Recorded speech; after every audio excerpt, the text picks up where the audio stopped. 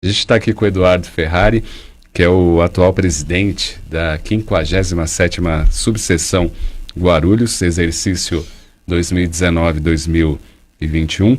É advogado, especialista em Direito e Processo Penal na Instituição de Ensino de Direito FMU, também é associado ao Instituto Brasileiro de Ciências Criminais, é palestrante e colaborador de cursos de direitos e prerrogativas.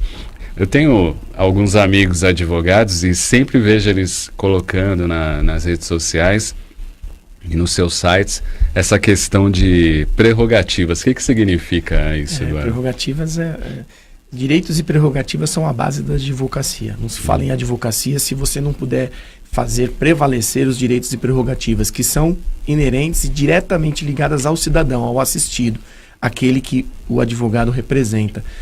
Os direitos e prerrogativas são ferramentas para que o advogado possa exercer o seu munus. O advogado, ele vem instituído pelo legislador constitucional de 88 como indispensável à administração da justiça. E de que forma que o advogado vai ser indispensável à administração da justiça?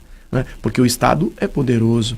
O Estado é o maior violador das leis e das garantias de todos os cidadãos. Sendo indispensável, colocou o advogado num patamar diferenciado. Nenhuma outra carreira existe essa previsão constitucional. E essas ferramentas de trabalho vieram para que o advogado possa colocar em prática a defesa do cidadão. O advogado, a advocacia, ela é totalmente desligada do Estado. Ou seja, o advogado é o civil. Ele tem ali, na sua advocacia civil, ele presta serviço público.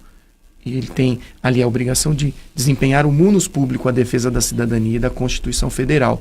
E de que forma isso vai ser feito? Através dos regramentos que, infelizmente, devem existir ali, foram estabelecidos através de uma lei que é o Estatuto da Ordem dos Advogados do Brasil, Lei 8.906 de 94, que estabelece ali as regras básicas que devem ser respeitadas para o exercício pleno da advocacia. Por exemplo, não há hierarquia entre representantes da magistratura, do Ministério Público e da advocacia. Fazem todos parte de um mesmo tripé da justiça. O advogado tem a advogada tem a liberdade de exercício da profissão. Então não existe ali, por exemplo, impasse para que o advogado tenha acesso ao promotor de justiça, tenha acesso ao magistrado, porque ninguém põe a pastinha embaixo do braço e vai querer tomar um café com o magistrado sem saber, sem ter algo por trás, né? sem ter uma demanda. Quem tem acesso à sociedade, efetivamente, quem está ali ao lado daquele que vivencia o dia a dia, né, é o advogado. O magistrado está no seu gabinete, está ali avaliando e julgando as causas, o Ministério Público está propondo as ações, o defensor não, a defensora não, o advogado, a advogada não. Eles estão dentro da sociedade, inseridos na sociedade. E prerrogativas, muito se diz aí quando a combatividade da advogada e do advogado, que o advogado tem um privilégio, a advogada tem um privilégio. Não se fala em privilégio, não se confunde privilégio. Uma sociedade bem defendida, bem representada, certamente a advocacia tem de estar privilegiada.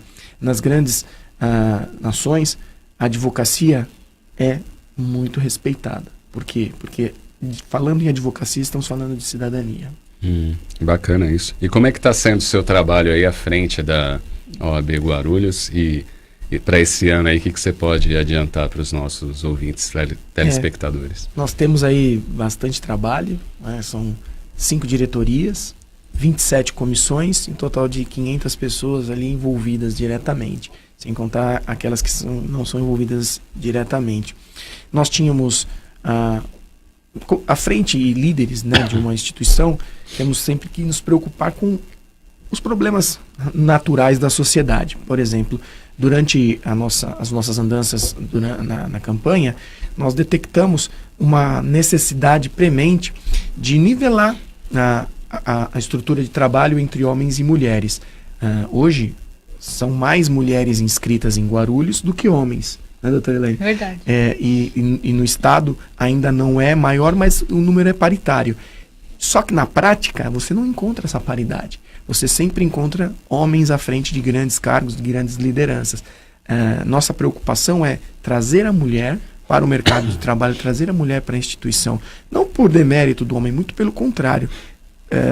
trazer a mulher e nivelar. Isso nós já tivemos êxito no primeiro dia de início da nossa gestão, que foi dia 1º de janeiro de 2019. Mais de 50% das comissões de trabalho são presididas por mulheres. Não há que se falar em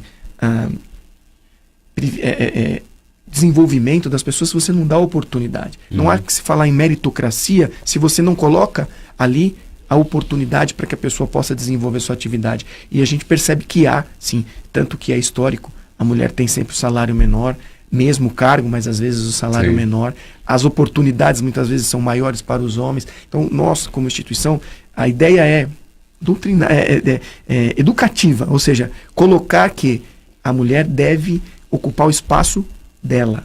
E 50% foram colocadas em posições estratégicas e de defesa da advocacia. E tem fluído muito bem, tem acontecido muito bom. Várias lideranças acabam se consolidando. O número já diz tudo, a maioria da advocacia guarulhense é mulher, né? Inclusive, eu faço parte da estatística, né? Sim. Eu presido uma comissão que é a de relações institucionais, né? Que chique, hein? Estou contribuindo aí Relações para a valorização.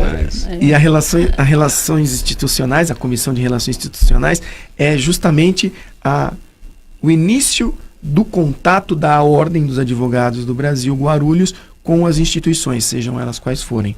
Se a relações institucionais não resolver, as prerrogativas entram em ação. Então, a relação institucional tem uma abordagem diferente, que é entender o problema, verificar o que está acontecendo, porque há muita falha de comunicação no dia a dia jurídico. Então, muitas vezes, ali já resolve. Às vezes é só uma questão de interpretação, de uma forma equivocada por um magistrado, que causa um prejuízo, né? Porque eles estão tão focados ali na sua rotina que muitas vezes não percebe que aquilo está impactando o exercício da advocacia. São pressionados, têm metas, enfim, nós vivemos num país que é subdesenvolvido, né? Entretanto, as coisas precisam ser feitas. E às vezes há necessidade de interlocução. Eu fiz uma leitura, uma avaliação durante a campanha, mesmo durante a gestão. Eu fui presidente da Comissão de Direitos e Prerrogativas na gestão do Dr. Alexandre. Fica aqui até um abraço a todos que deram a oportunidade naquela ocasião, Dr. Alexandre, Dra. Vianney e todos os representantes da diretoria, que a Comissão de Direitos e Prerrogativas se fez colocar em prática ser ouvido. Porque muitas vezes estamos falando a mesma coisa, entretanto não conseguimos ouvir o que está acontecendo. Então, mesmo havendo a Comissão de Relações Institucionais, nós temos que ter essa preocupação. Saber fazer com que eles nos ouçam e entendam qual é a nossa demanda. E foi muito exitoso.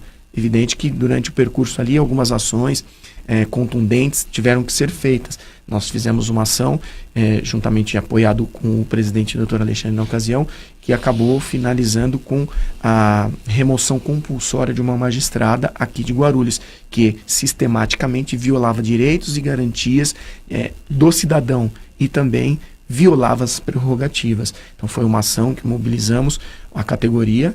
Dizem que a ordem não é unida. Eu não concordo. A ordem é unida, sim.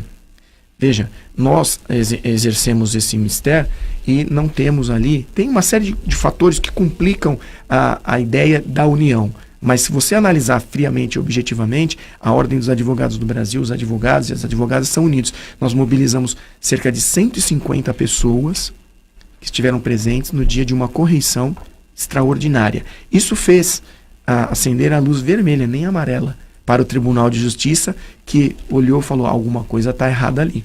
E a partir do momento que a gente exerce esse poder, essa cidadania, essa prerrogativa, e faz ser entendido, quem vence é a sociedade. Isso quem foi em que vence ano? É o cidadão. 2016. Você vê que interessante, eles estavam falando, eu estava aqui olhando a questão da própria doutrina, né?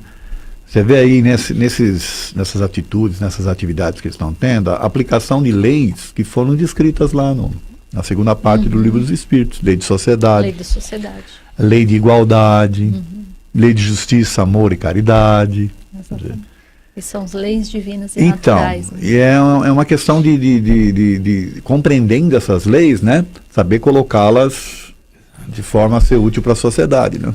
E a lei nossa formação é de ciências pra, sociais. É, Né? e a lei existe justamente para isso, Edson, para regular, porque quando essas leis divinas e naturais, elas não são respeitadas pelo cidadão, pelos homens, há necessidade da intervenção do Estado, e fazer uma adequação, né? de comportamento. E veja a né? insensibilidade do Estado. Por exemplo, o artigo 7º, ele descreve ali os direitos e garantias, as prerrogativas.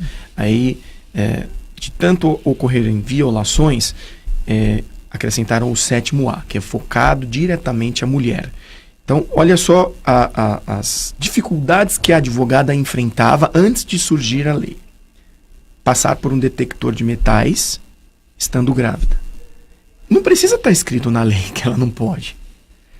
Ter possibilidade de estacionar o carro dentro do fórum. Ela está grávida. São direitos básicos que não tem que contestar. Mas a insensibilidade do Estado, eu não digo pessoa, eu digo do Estado, porque é um sistema. Todo mundo quer fazer a sua e ir embora. Então, assim, a advocacia tem um pensamento maior. Não quer só fazer a dela, quer fazer a conscientização geral. Né? E, veja, a advogada acabou de ter nenê, está amamentando, teve que ter um dispositivo legal para dizer ela fica com seus prazos suspensos. Veja, qual a dificuldade de entender isso? Não tem, mas tem que constar na lei. E se não consta na lei, uma série de prejuízos existem, não só à advogada, mas ao cidadão. Sim. Que não consegue agir, seja ele quem for, física, jurídica, se não tiver o advogado e a advogada ali. Por isso a Constituição Federal determinou, artigo 133, indispensável, a administração da justiça. Existe uma associação de advogados espíritas, Elaine, você já ouviu falar? Que tem dos delegados, tem de pesquisadores, né? Delegados. Tem existe. Associação dos Jurídica Juristas Espírita, Espíritas, né? E tem dos delegados, que é o Dr. Bismael, né? Tem um programa aqui na programa Rádio aqui Boa na Nova. rádio. Tem sim na área... Tem a nas ABRAME, né? diversas Dos áreas, magistrados dos espíritas. magistrados espíritas, né? Assim como tem dos médicos também, né? Mas existe sim.